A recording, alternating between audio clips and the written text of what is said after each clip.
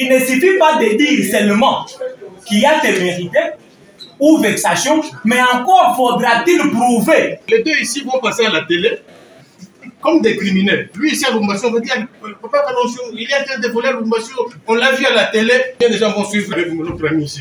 C'est une affaire instruite et plaidée à l'audience de ce jour. La société d'exploitation du gisement et des remblais de Rwashi Mining en sigle, poursuit par devant le tribunal de grande instance de Kinshasa-Gombe, Makuma Iyeziba et Kalonji Kaloubi, tous deux agents à la Banque centrale du Congo, et cette dernière elle-même comme prévenue et civilement responsable pour faux, usage des faux et atteinte portée par les fonctionnaires aux droits garantis aux particuliers. En croire la citation directe, les deux premiers cités ont altéré la vérité dans le procès-verbal de carence qu'ils ont produit à la suite d'une mission de contrôle qu'ils ont effectuée auprès de la société Rwashi Mining. En effet, en date du 16 août 2017, Makuma Iyeziba et Kalonji Kaloubi se seraient servis d'un ordre de mission établi en date du 28 août 2017 par Deogracias Mutombo Mwananyembo,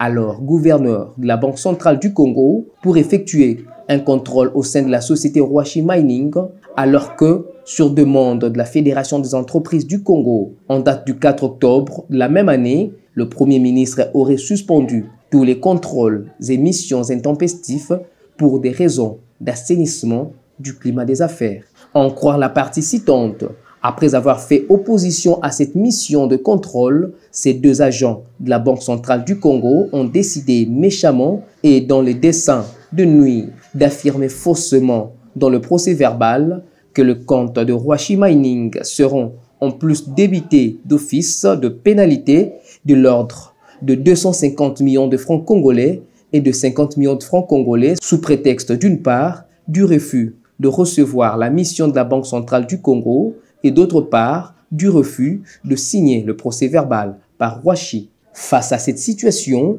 Rwashi Mining dit avoir contesté et dénoncé ce procès verbal de carence qu'il qualifie de faux, mais les cités n'ont daigné y réserver aucune suite jusqu'à ce jour. Ce document aurait même été transmis à la hiérarchie de la BCC qui l'a exécuté. Pour la citante, ces deux fonctionnaires cités n'ont invoqué aucune règle à l'appui de leur décision, ni respecté les textes instituant les procédures de recouvrement et voies d'exécution. La Banque centrale du Congo, troisième cité dans la présente cause, est aussi poursuivie comme civilement responsable pour avoir fait usage du procès verbal de carence établi par ces deux agents, un document que Rwashi Mining qualifie de faux pour débiter d'office les comptes de la citante d'un montant total de l'ordre de 6 640 850 $ américains. À l'audience de ce jour, après avoir reçu la comparution des parties, la composition dirigée de main de maître par le président Pierrot Bankenge Vita a débuté l'instruction et procédé à l'identification des prévenus. Province de Maïndombe. Oui. Secteur Secteur Kemba. Secteur Kemba, village. Makao. Vous êtes fils de Kaloubichani Laurent, en vie. En vie Et de Kalombo Kalonji Isabelle, en vie. Votre état civil? Sans nom. Marié à qui? Marié à Eri Okaja Olga. Votre profession? Je suis fonctionnaire à la Banque centrale du Congo. Après cette procédure, avec dextérité, le président de la composition mène l'instruction d'une manière pédagogique. Il a invité la partie citante, la société Rwashi Mining, à présenter les faits. Il a par la suite posé quelques questions aux cités sur les faits qui leur sont reprochés. Les cités affirment que leur mission était effectuée de manière régulière et font savoir au tribunal que la Banque centrale, étant une institution indépendante, n'était pas concernée par la décision du Premier ministre, telle que soutenue par la société Rwashi Mining. Devenu Makuma Iyeziba. Je commence par vous. Est-ce que vous reconnaissez avoir effectué une mission en vertu de l'ordre de mission du 28 août 2017, monsieur le gouverneur de la Banque centrale, avoir effectué donc cette mission-là auprès de la société Rwashi Mining. Nous sommes allés le 28 septembre 2017, l'accusé de réception de la société faisant foi. Et consécutivement, dites-nous si consécutivement à cet ordre de mission, vous avez établi un procès verbal que vous avez nommé procès verbal de carence. Nous sommes allés, on arrive à Lubumbashi le 24 septembre 2017. Alors, nous sommes descendus à la société Rwashi. Je vous rappelle par là que nous n'avions pas que la Rwashi à contrôler, nous avions d'autres sociétés à contrôler. Et avec les autres sociétés, ça s'est passé normalement sans problème. On arrive à la Rwashi le 28 septembre 2017. On a laissé l'ordre de mission signé par le ministre des Finances, l'ordre de mission mixte. La Rwashi acquise réception. L'ordre de mission était accompagné de la lettre que vous avez entre vos mains qui informait à la Rwashi que la Rwashi devait apprêter les éléments de défense ou de justification, puisque nous, en quittant Kinshasa, nous avons au préalable quelques données recueillies dans notre plateforme informatique, les informations que les banques eux-mêmes, plutôt les sociétés elles-mêmes, transmettent aux banques et que les banques chargent dans la plateforme pour nous permettre de faire un suivi quotidien. Alors, qu'est-ce qui s'est passé? On devait les accorder puisqu'on ne travaille pas dès l'arrivée. On les accorde 24 heures pour apprêter les éléments, les rapports et les différents éléments qu'il devait avoir pour qu'on échange et harmoniser les chiffres pour conclure et signer un PV entre deux parties. La Rwashi a manifesté par mauvaise foi. Donc on arrive, nous étions le 29, le 28 plutôt, on arrive le 29, la Rwashi n'était pas prêt. On nous a dit qu'ils n'étaient pas prêts avec les éléments qu'on devait apprendre. On faisait des tours, on les appelait au téléphone, ils n'ont jamais manifesté la volonté de nous recevoir.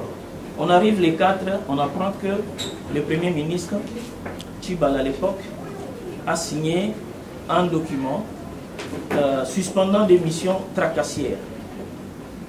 Monsieur le Président, je pense qu'il serait quand même pas normal de considérer une mission, la mission de la Banque centrale qui régularise, qui assure la stabilité des prix de biens sur le marché en exécutant son objectif, lui donné par la loi, et considérer la mission de la Banque centrale comme étant une mission illégale. Ça c'est, ou tracassière, ça c'est inacceptable. Et je vais par là vous dire qu'on arrive les 4, on apprend ça, que le Premier ministre a suspendu.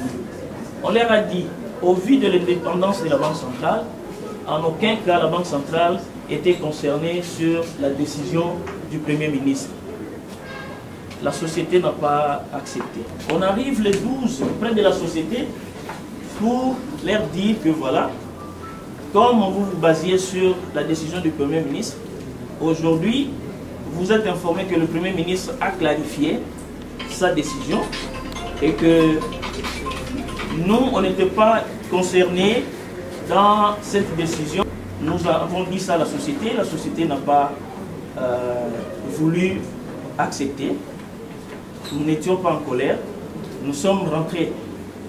Et vous allez vous rendre compte que nos missions ont toujours un caractère pédagogique.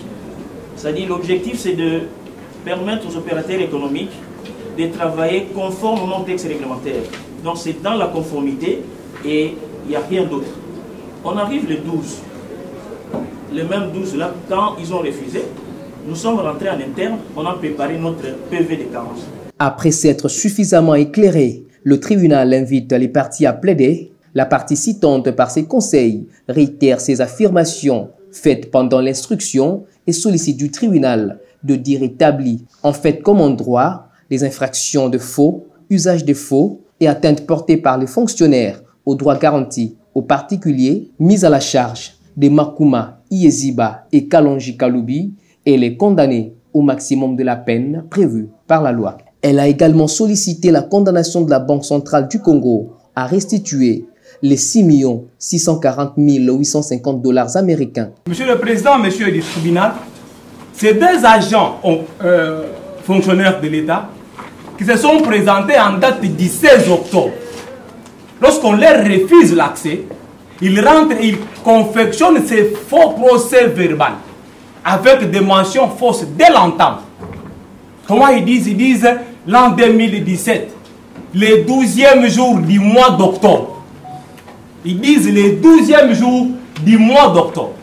Alors qu'ils ne s'étaient présentés devant la Wash Mining que les 16. Ils ne vont pas se limiter là. Dans les mêmes actes, fabriqués de leurs propres mains, ils vont déclarer que ce procès verbal n'a été signé que par la partie Banque centrale, étant donné que la Wash Mining avait refusé de signer. Alors qu'ils n'ont jamais présenté ce procès verbal à la Wash Mining qui a refusé de signer. Ils sont juste venus avec l'ordre d'émission. Mais quand on leur refuse l'accès, ils rentrent dans leur propre chambre, ils confectionnent les procès verbaux, les signent eux-mêmes. Mais ils allèguent là-dedans que la Wash Mining aurait refusé de signer. L'organe de la loi, dans ses réquisitoires, sollicite du tribunal l'acquittement de ces 3 cités et soutient par ailleurs que la Banque centrale du Congo, comme personne morale, ne délègue pas. On vous dit atteinte aux droits garantis au parti. Ce n'est pas le fait d'oublier de mentionner la disposition, mais le fait d'imposer là où la loi n'a pas prévu. C'est ça l'acte arbitraire. Et dans les cas suivants, est-ce que la Banque centrale a-t-il droit, lorsqu'on ne va pas payer les taxes, qu'il lui revient de procéder par l'imposition d'office? Je dis oui, et les dispositions de loi ont été liées vers vous. Je suis convaincu que votre lycée tribunal est persuadé que les faits tels que présentés tout à l'heure vers vous ne sont pas établis en fait comme en droit. J'ai entendu parler, quand je vois la citation directe, on dit qu'on prévenit la Banque centrale. C'est sur le président. Et quand le tribunal va classer ça dans le cadre des oubliettes, une société ne délinque pas. Les avocats des cités, quant à eux, recadrent les faits et plaident pour l'acquittement de leurs clients. Les cités ont à leur tour introduit sur le banc une demande réconventionnelle pour procès téméraire et vexatoire et sollicitent une somme d'1 million de dollars américains. Les bons messieurs ici vous disent, le 12 nous sommes passés, et c'est vrai, Wash Mining ne l'a pas ignoré. Nous avons établi le procès verbal qui n'a été réceptionné que le 18. Ça veut dire, au fait, dans la tête de Wash Mining, et les deux parties sont d'accord, c'est à partir du 18 que Wash Mining a connaissance du procès verbal de carence. En quoi c'est une faute? En quoi c'est une faute que d'avoir établi le 12, mais de le déposer le 18? Déjà, Wash Mining confond l'ordre d'émission et le procès verbal de carence, parce que l'ordre d'émission, là aussi j'ai entendu une confusion dans une autre confusion. Parce que Wash Mining vous dit, non mais dans sa tête, hein, c'est le 16 au fait que l'ordre d'émission a été établi. Et ça a été dit 2 fois. Pour eux, l'ordre d'émission a été établi le 16 octobre.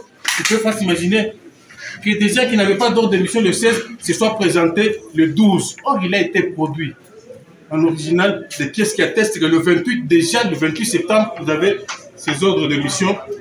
Malheureusement, ils ont résisté et ils le disent eux-mêmes. Mais là, le fait que mes clients le disent, ça devient une altération de la vérité. On est tenté d'y perdre son français.